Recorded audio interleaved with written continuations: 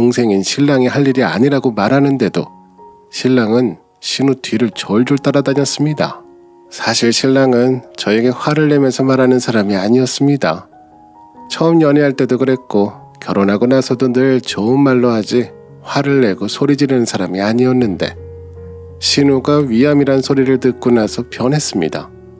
정말 모든 일의 1순위가 저희 가족이 아니라 신우가 됐어요. 그러다 보니 신랑은 사이가 멀어질 수밖에 없었고 원래도 사이가 안 좋은 신우와의 관계는 더 안 좋아졌어요. 시간이 지나도 솔직히 이해가 가진 않았네요. 원래 사이가 좋은 동생과 누나는 다들 이렇게까지 하나요? 각자 인생이 있고 각자 가족이 있는데 말이죠. 신랑은 신우 몸에 좋다면서 한약을 지어주거나 몸에 좋다고 영지버섯에 홍삼에 많은 것을 사서 가져다 줬습니다. 처음에는 하나뿐인 누나니까 그럴 수 있지라고 이해를 했지만 점점 도가 지나친다는 생각만 들었어요. 아니 저한테도 그렇게 해주지 않았거든요. 제가 아파서 쓰러져도 괜찮아 하면서 말만 할 뿐 스스로 뭔가를 사서 준 적이 없던 신랑이다 보니 서운했어요. 그러다 시어머니는 허리 디스크가 생기셔서 더 이상 신우의 아들을 돌보실 수가 없었습니다. 신우는 그때부터 신랑한테 불쌍한 척을 했다가 제가 친정해드리는 90만 원을 왜 아직까지 주냐며 꼬투리를 잡았다가 난리를 피웠습니다. 신랑은 신우가 위암에 걸려서 병원에 태워주고 하다 보니 신우 말을 더 잘 듣게 됐어요. 아마 오랜 시간 붙어 있다 보니 신우가 한 말이 다 맞는 말처럼 느껴졌나 봅니다. 하루는 저에게 한 달에 90만 원은 너무 많은 게 아니냐며 50만 원으로 줄이자고 하는 겁니다. 애들이 이제 좀 커서 어머니도 편하실 텐데 90만 원 솔직히 너무 부담돼. 우리도 노후 준비해야 되고 50만 원으로 줄이자. 그래서 제가 아이가 커서 밥을 혼자 만들어 먹어? 혼자 걸어서 모든 걸 다 해? 우리 애들이 중학생이니? 고작 8살, 5살이야. 그런데 혼자서 뭘 다 한다고 말하는 건데 신우가 그렇게 하라고 시켰니? 여기서 누나 얘기가 왜 나오는데? 너야말로 누나를 그렇게 싫어하니 내가 마음 편하게 누나를 볼 수가 없어. 당신도 당신 언니나 동생이었으면 이렇게까지 내치지 않았겠지. 누나 소리에 눈부터 치켜뜨는 남편을 보자 너무 열이 받아서 당신 누나가 나한테 어떻게 했는데 누나가 잘했어 봐. 말끝마다 내 동생 시집살이가 아니라 신우살이를 시킨 분이야. 거기에 친정부모님 용돈 주는 거 가지고도 지금 시비 걸면서 참견하잖아. 내가 번 돈으로 드리는 거야. 당신이 어디 가서 90만 원에 아이들 봐주는 사람 구해봐.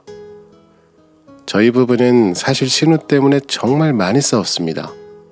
신혼 초에도 간섭을 하는 신우 때문에 여행 갈 때도 신우 허락을 받아야 갈 수 있을 정도였고 제가 그동안 누르고 눌러서 간신히 얌전하게 만들어놨는데 저렇게 암 걸렸다고 한순간에 상황이 뒤집히니 저도 돌겠더라고요. 비꼬는 게 아니라 정말 진심으로 신우가 멀쩡하게 빨리 낫기만을 바랄 정도였죠. 신우는 이번 기회에 완전히 저를 누를 생각인지 동생에게 대체 뭐라고 하며 다녔길래 신랑은 저희 친정엄마한테 드리는 돈은 아까워하면서 신우 아이는 걱정하는 겁니다. 신우가 불쌍하고 본인 엄마는 아파서 아이를 못 보는데 어떡하냐며 말끝마다 걱정을 하는 모습을 보니 어이가 없었어요. 우리 아이도 걱정 안 하는 사람이 신우 아이만 걱정하니 정말 정이 떨어지더라고요. 저희 아들이 열이 나서 아파서 입원해도 하루도 병실에서 잔 적이 없는 사람입니다. 본인의 아이에게 잘 챙기지 못하면서 누나만을 챙기니 솔직히 화가 났습니다. 그래도 신우랑 저랑 서로 그간 쌓인 앙금이 만리장성이라고 해도 서로 간에 넘지 말아야 할 선이라는 게 분명한데 이번에 그걸 본인 동생 시켜서 넘더라고요. 친정엄마가 다급하게 전화하시던 날 저도 결국 눈이 돌아가 버렸어요. 엄마, 무슨 일이야? 왜? 애가 아파? 무슨 일인데? 그러자 엄마는 있잖아, 화내지 말고 들어. 이서방이 아이를 한 명 데리고 왔어. 누나 아이인데 아이가 방학인데 갈 곳이 없다고 나보고 우리 아들이랑 같이 봐달라고 데리고 왔어. 이거 무슨 일이니? 너랑 이야기된 부분이야? 나는 몰랐는데. 엄마도 화가 많이 나신 것 같았어요. 물론 저는 거기에 수천 배는 더 화가 났죠. 뭐라고? 지금 신우애를 우리 친정에 데리고 온 거야? 정말 미치겠다. 엄마 죄송해요. 내가 지금 바로 갈게요. 가만히 계세요. 엄마 뭐라 하지 마세요. 내 싸움이야. 나도 유서 쓰고 덤벼야겠네. 솔직히 처음에는 위암에 걸린 신우가 안 됐고 도와줄 생각도 있었지만 평소에 저희 친정에 돈 주는 것부터 친정에 자주 가는 것까지 간섭하는 신우를 생각하면 정말 정이 떨어져서 아무것도 해주고 싶지 않았습니다. 더구나 신우는 병원에 갈 때도 신랑을 불러서 같이 가려고 하더라고요. 신우가 남편도 없는 사람이면 이해할 수 있는데 본인 남편을 월차 쓰기 그렇다고 저희 남편 보고 반차 쓰고 같이 가자고 하는 것 자체가 이해가 가지 않았습니다. 거기에 당연한 듯 반차를 쓰고 신우 병원을 일일이 따라가는 신랑도 이해가 가지 않았고요. 부모님도 아니고 신우인데 이렇게 하니 제가 어떻게 이해하겠나요? 나가려고 준비하는데 남편이 막 퇴근해서 들어오더라고요. 보자마자 소리를 지르며 남편에게 한 소리 했죠. 이제는 암이고 뭐고 제가 이해할 상황을 넘어섰기에 저도 그땐 눈에 보이는 게 아무것도 없었어요. 신우가 내 친정집을 흉보다 못해 이제 직접 건드렸잖아요. 제가 예민한 게 아니죠 이건. 당신 지금 뭐 하는 거야? 우리 엄마가 봉사자야? 당신이 뭔데 우리 엄마한테 남의 핏줄을 맡겨? 우리 엄마가 만만해? 아님 내가 만만해? 나랑 상의도 없이 어떻게 자기 맘대로 맡겨?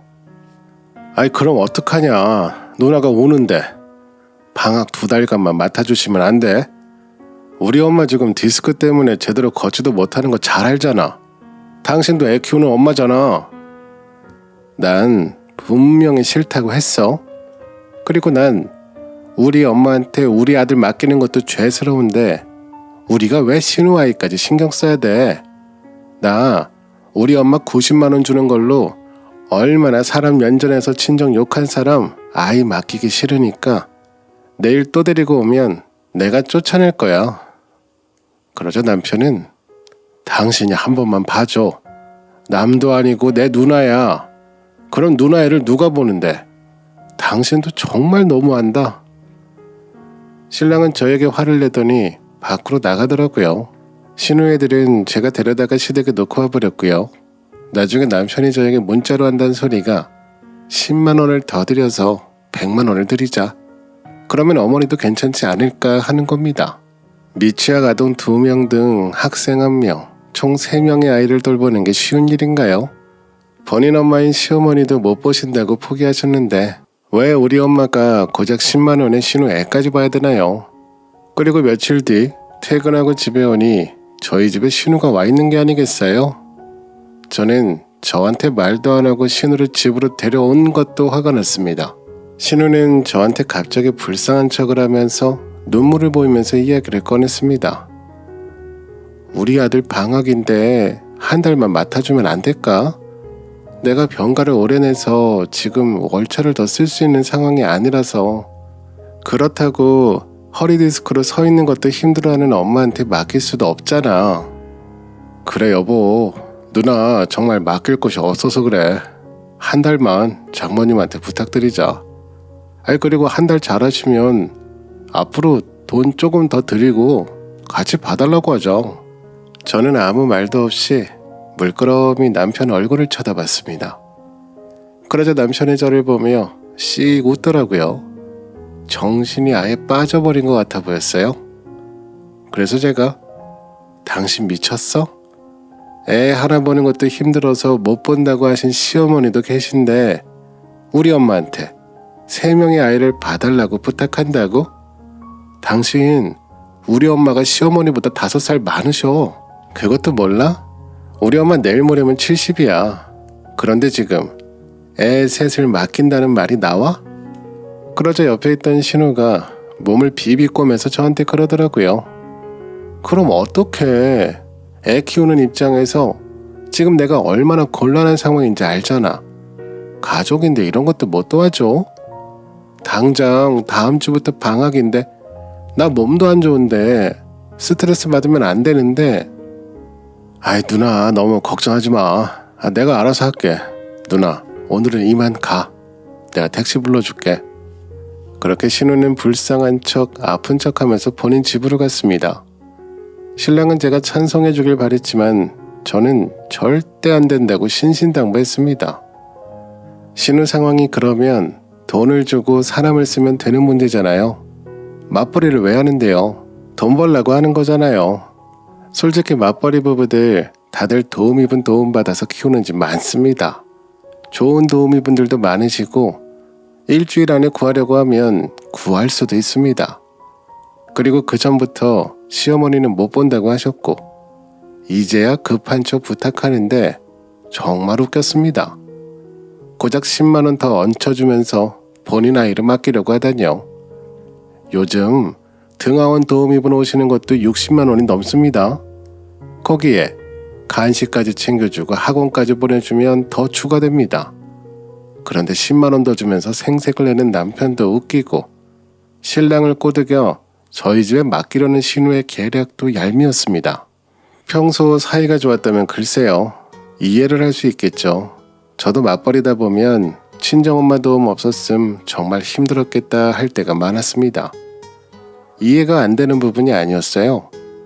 하지만 저희 결혼 때부터 시시건건 시비를 걸고 특히나 저희 부모님께 아이를 맡기면서 들인 돈을 가지고 얼마나 비난했는지 모릅니다. 그런데 이제 와서 자기가 필요하니까 맡긴다고 하는 게 기가 찼습니다. 그렇게 이틀이 지났어요. 이틀 동안 저는 신랑이랑 단 한마디도 하지 않았습니다. 신랑 얼굴만 보면 화가 났거든요. 신랑 또한 저랑 한마디도 하지 않더라고요.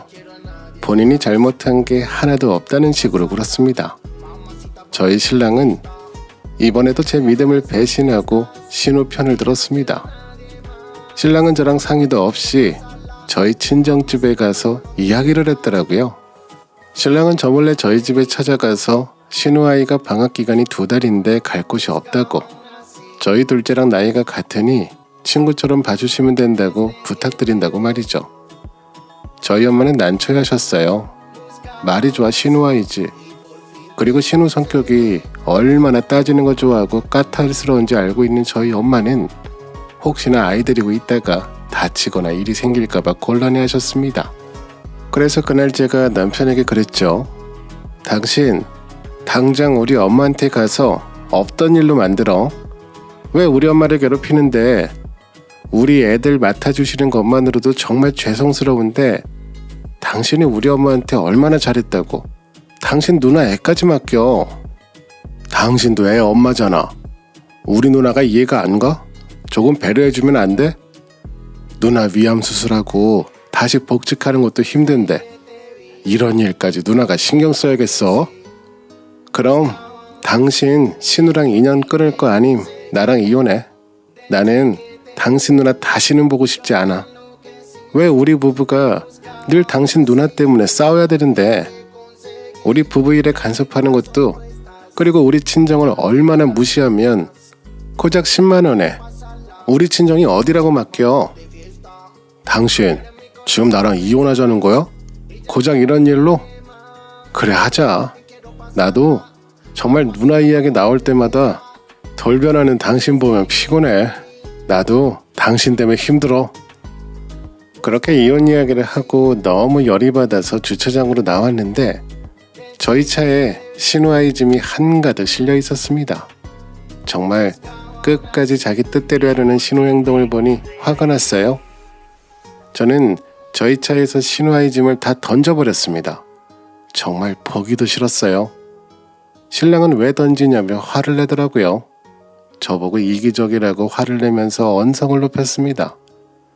대체 누가 이기적인 걸까요? 자기 가족을 내버려두고 신우만 챙기는 신랑이야말로 끝까지 이기적이었습니다.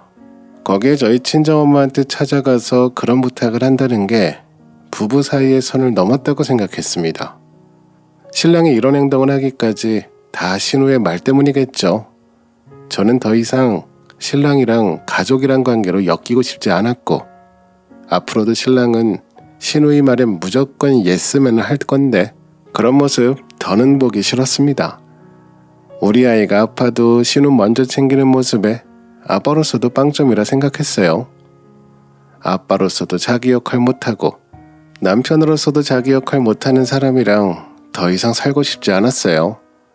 아무리 자기 누나가 소중해도 아내보다 자식보다 소중할까요? 신랑은 이때까지 자신이 무엇을 잘 모르는지도 모르는 것 같았어요. 저는 그렇게 신랑이랑 이혼을 했습니다. 처음에 시어머니도 찾아와서 우리 아들이 미쳤나 보다. 어떻게 친정 가서 그런 말을 할 줄 몰랐다며 한 번만 이해해달라고 했습니다.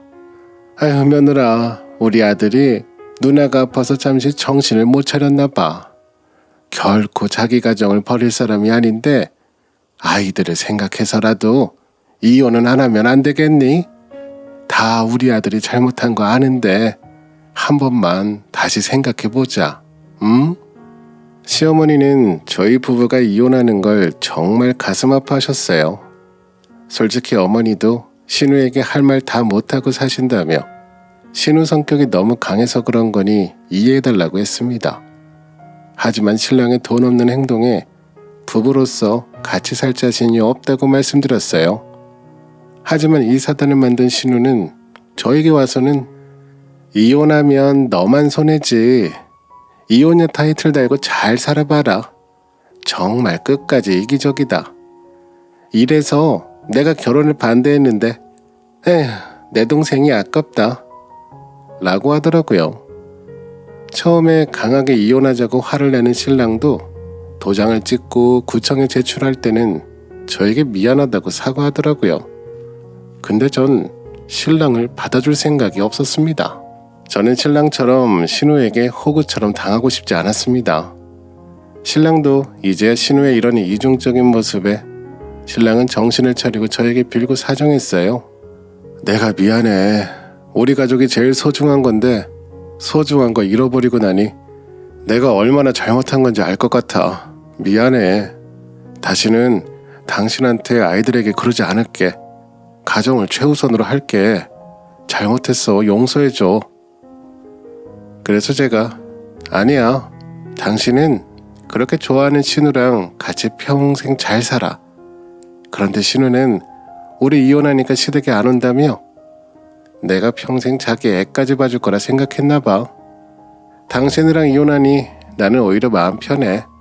당신 평생 후회하면서 살아. 다신 보지 말자. 그래도 이혼을 되돌리진 않았죠. 그렇게 집 정리하고 나온 뒤 저는 친정 근처로 집을 하나 얻어서 거기서 새로운 인생을 시작했고요. 한 달 정도 지났을 때였나 갑자기 뜬금없이 예전 시어머니께 전화가 오더라고요. 무슨 일인가 싶어서 일단 받아봤는데 받자마자 제 앞에서 신우이에 대한 험담을 그렇게나 늘어놓으시더라고요. 에휴, 아주 딸년 하나 잘못 낳아서 우리 집이 통째로 다 구렁텅이에 빠져버렸다. 아무리 내 배에서 나왔다지만 어째 저런 게 튀어나왔나 모르겠어. 아니 연락이 안 돼. 지 동생 이혼하고 호랩이 돼서 집도 못 구하고 원룸 사는데 누나가 됐으면 옆에서 독북을 해야지.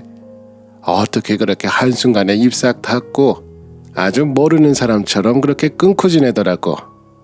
너희들 이혼하고 나도 우리 딸 만난 적이 없어. 연락도 안 되고 나는 허리 때문에 아이 못 봐주고 동생도 이혼해서 혼자 지내니 짐덩이라 생각했나 본데 내가 오죽 답답했으면 너한테 다 연락을 해봤다. 우리 아들 좀 용서해줘라. 지금 혼자 저리 골방에서 지내고 있다. 그리고는 한참 동안 신우 이야기를 하는데 정말 세상 그런 악독한 사람이 있나 싶더라고요. 혹시 몰라서 제가 한 소리 하려고 전화해봤거든요. 근데 신우 번호로 전화를 걸자 없는 번호라고 떡하니 뜨더라고요. 어찌나 소름 돋고 무섭든지 전 남편도 충격이 많이 큰 것 같긴 했어요. 근데 그러거나 말거나 신우가 이상하고 문제가 있다는 건 저는 결혼 전부터 알았고 그래도 남편이 중심 잘 잡고 저와 뜻이 같았기에 결혼을 했던 거였거든요. 사실 이혼도 신우 때문에 한 게 아닙니다. 남편이 중간에서 중심을 잃어버렸으니 한 거고요. 신우처럼 떽떽거리고 염치 없고 이기적인 사람은 제가 다니는 직장에도 쌓였어요. 후회를 하니 어쩌니 해도 마음 정리는 끝났고 더는 받아줄 생각도 없네요. 알아서 잘 살겠죠. 저도 제 앞가림하며 지내려고요. 다른 분들은 결혼하는 상대 집안에 뭔가 특이한 게 설쳐된다면 꼭 다시 생각해 보길 바랍니다. 언제든 일이 또 터지기 마련이더라고요. 제 이야기 들어주셔서 감사드립니다.